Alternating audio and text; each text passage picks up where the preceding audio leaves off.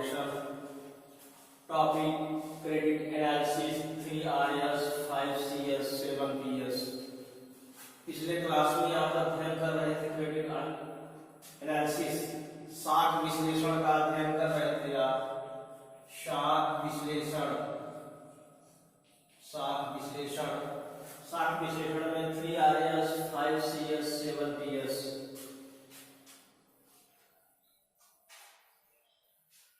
3 Rs, return from the investment, repayment capacity, third risk bearing ability का अध्ययन आप पिछले क्लास में कर चुके हो। अब 5 Cs character, capacity, capital, condition and common sense, ये आपके 5 Cs है। आपके 7 Ps principle of productive purpose, productive purpose। दूसरा प्रिंसिपल ऑफ पर्सनालिटी,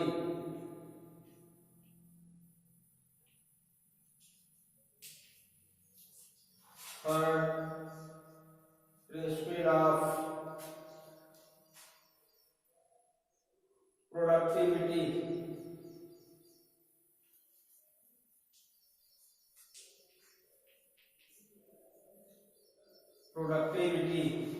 और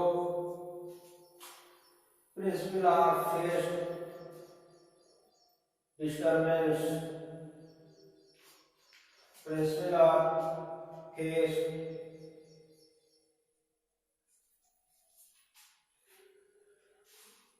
displacement,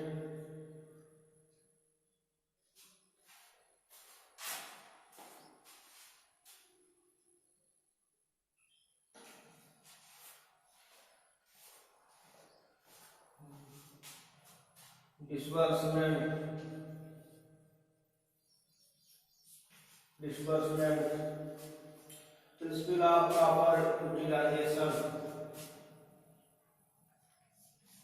principal of proper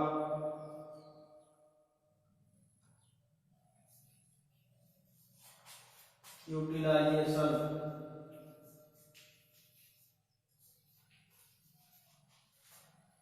principal of payment, principle of payment, principle of protection,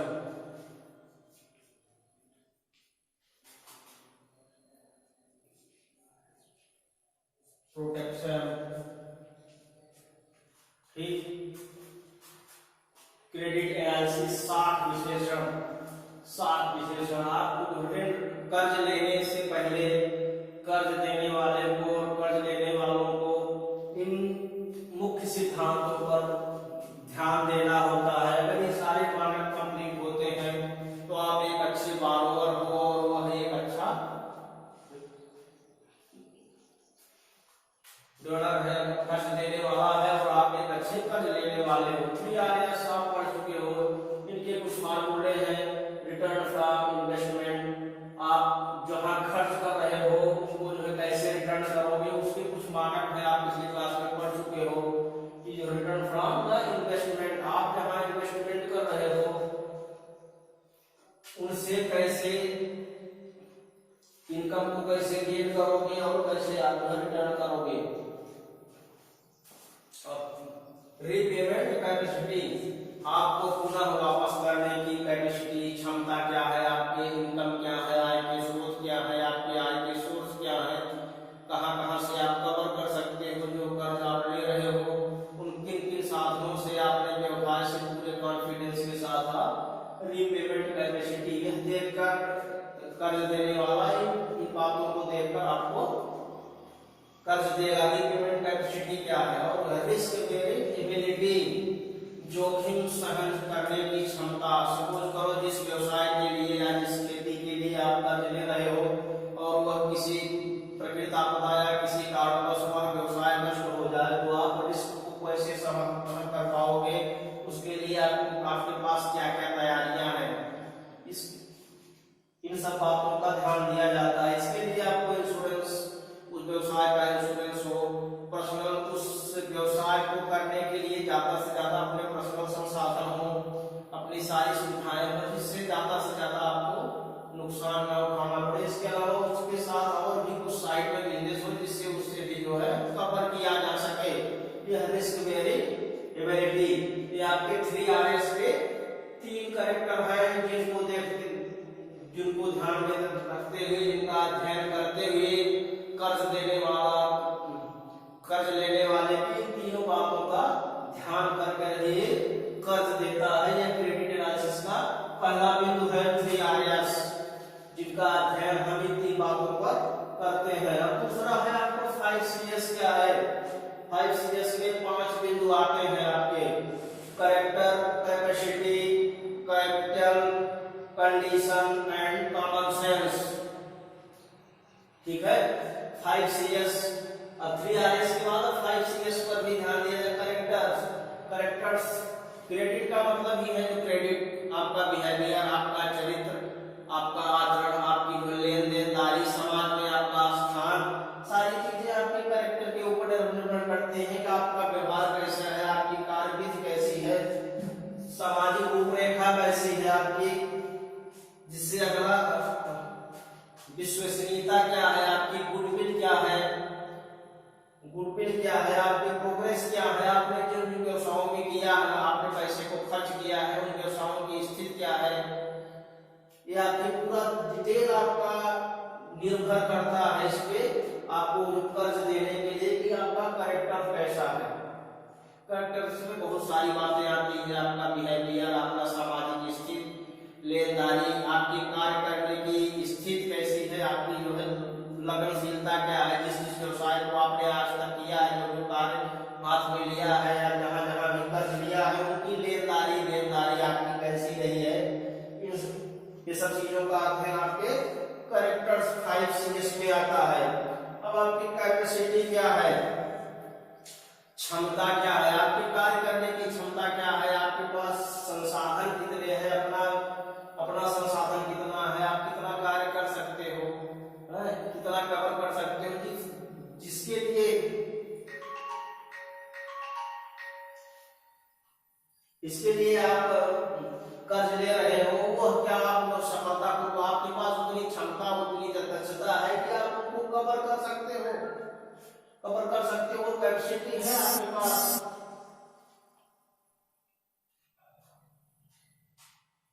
capacity,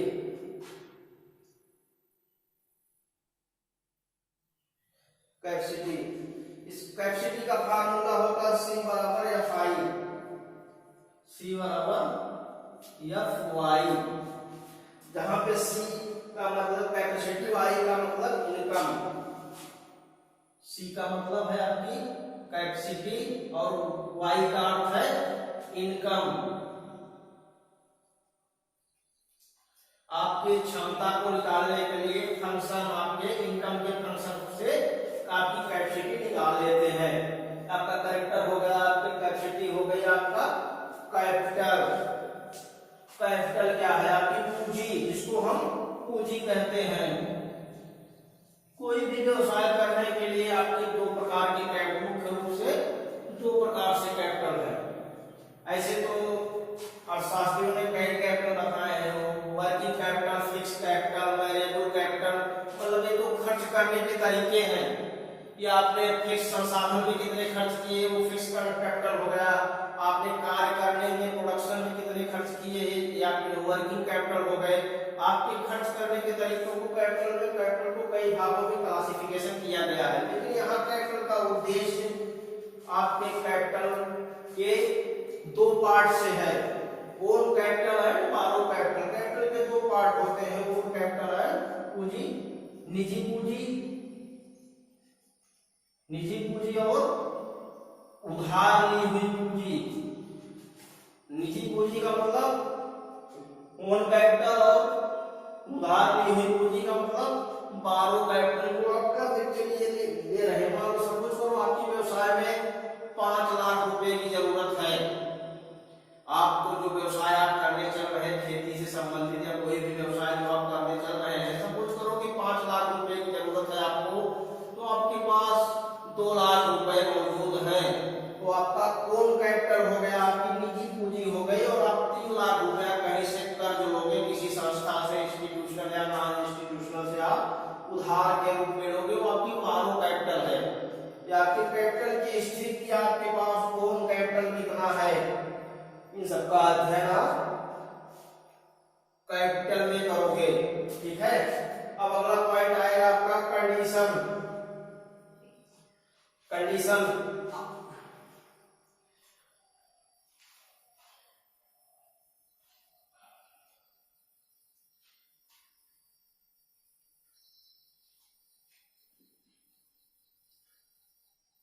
ठीक है ना। Condition क्या है, आप जिस व्यवसाय के लिए जो है कर्ज ले रहे हो, उसकी कंडीशन क्या है, आपकी स्थिति क्या है, कर्ज लेने देने की आपकी स्थिति क्या है, आपके पास रिटर्न करने के लिए या बंधक बनाने के लिए क्या क्या कंडीशन है, क्या क्या शर्तें हैं, उन शर्तों को आप पूरा कर रहे हो कि नहीं कर रहे हो, आपको कर्ज दिया जा सकता है कि नहीं दिया जाता, तो कंडीशन आपके पास होनी चाहिए।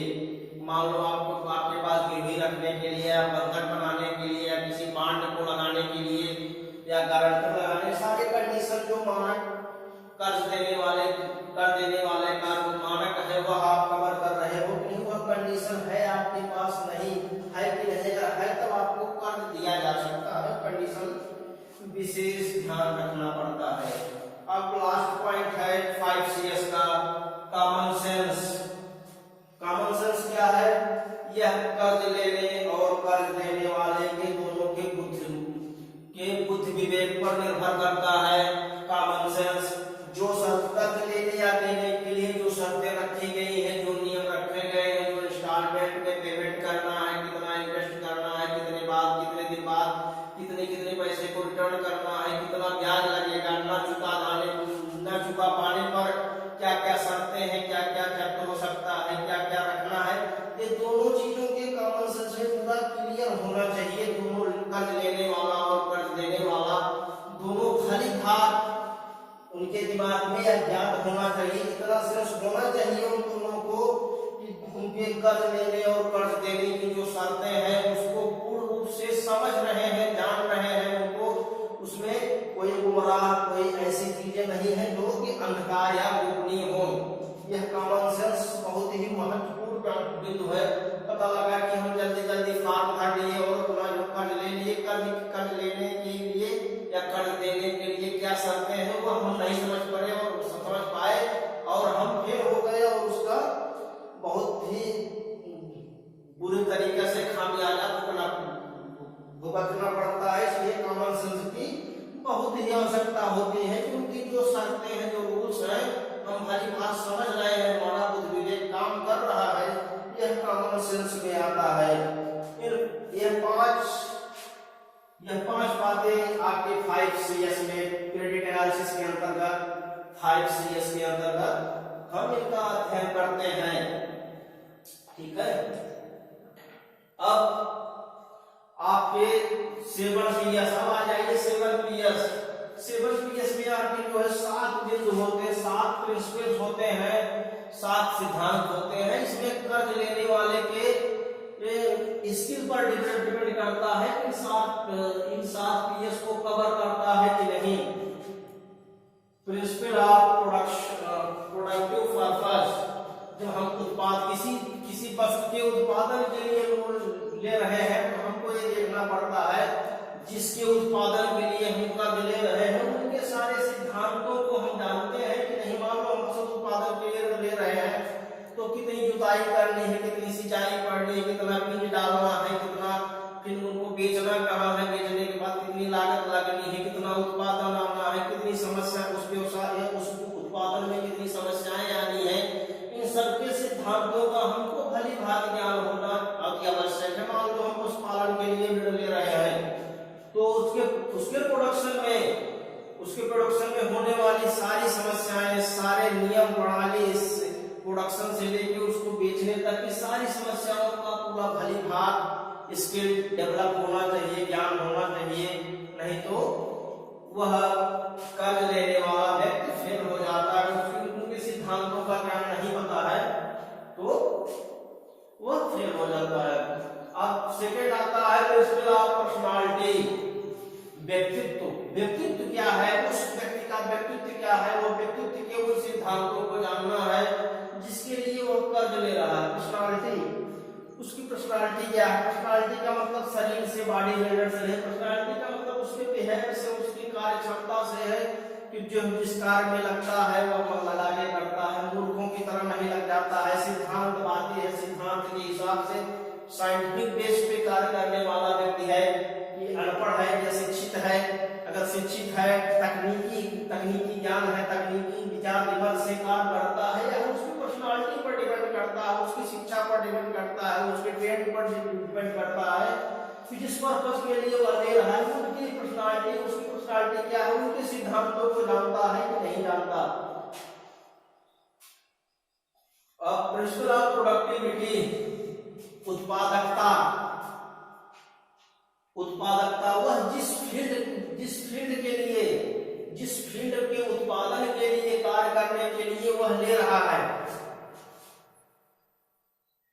जिस वस्तु के उत्पादन या व्यवसाय के लिए वह कार्य कर रहा है, वह क्षेत्र पोटेंशियल है, उत्पादक देने के लिए है, उसको लाभ दे सकता है कि नहीं। सपोज करो हम अगर शिमला में फ्रिज की फैक्ट्री डाल दें तो फ्रिज बिकेगी नहीं बिकेगी।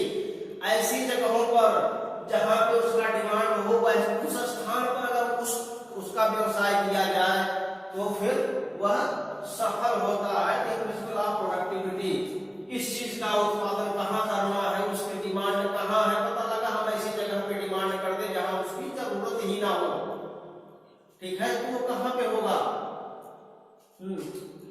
सपोज करो हम जो है राजस्थान में हम सेब की खेती करना चाहते हैं, तो संभव है कि नहीं, वहां की उत्पादकता उस फसल के उत्पादन के लिए निर्भर नहीं करती। तो अगर ऐसी फसल उत्पादन के लिए वो जरूर ले रहा है तो हमको कर्ज देने वाले को कर्ज नहीं देना चाहिए, वो कर्ज नहीं देगा। शिमला या खंडीय प्रदेशों के लिए कोल्ड स्टोर या बर्फ की फैक्ट्री डालने के लिए लोन ले रहा है तो उसको क्यों लोन देगा? इसको मतलब वहां पे उत्पादकता नहीं है, उसका बिजनेस फेल हो जाएगा और वह पैसा रिटर्न नहीं कर पाएगा। ये प्रोडक्टिविटी है। प्रिंसिपल ऑफ फेस्ट डिस्बर्समेंट, अर्थशास्त्र के जितने चरण होते हैं, आपके 5 चरण होते हैं, उन चरणों को कवर कर रहा है कि उनके सिद्धांतों को जानता है कि नहीं। कि कहाँ पे धन की आवश्यकता पड़ती है, कहाँ पे वितरण की आवश्यकता पड़ती है, कहाँ पे उत्पादन की आवश्यकता पड़ती है, कहाँ पे डिस्ट्रीब्यूशन की आवश्यकता पर सारे जितने फेज होते हैं इकोनॉमिक्स के, उसको पता है कि नहीं, उसके सारे चरण सारे बिंदु पता है कि नहीं। यह रिजल्ट होता है प्रिंसिपल ऑफ फेज डिस्टर्बेंस और principle of proper utilisation. Principle of proper utilisation,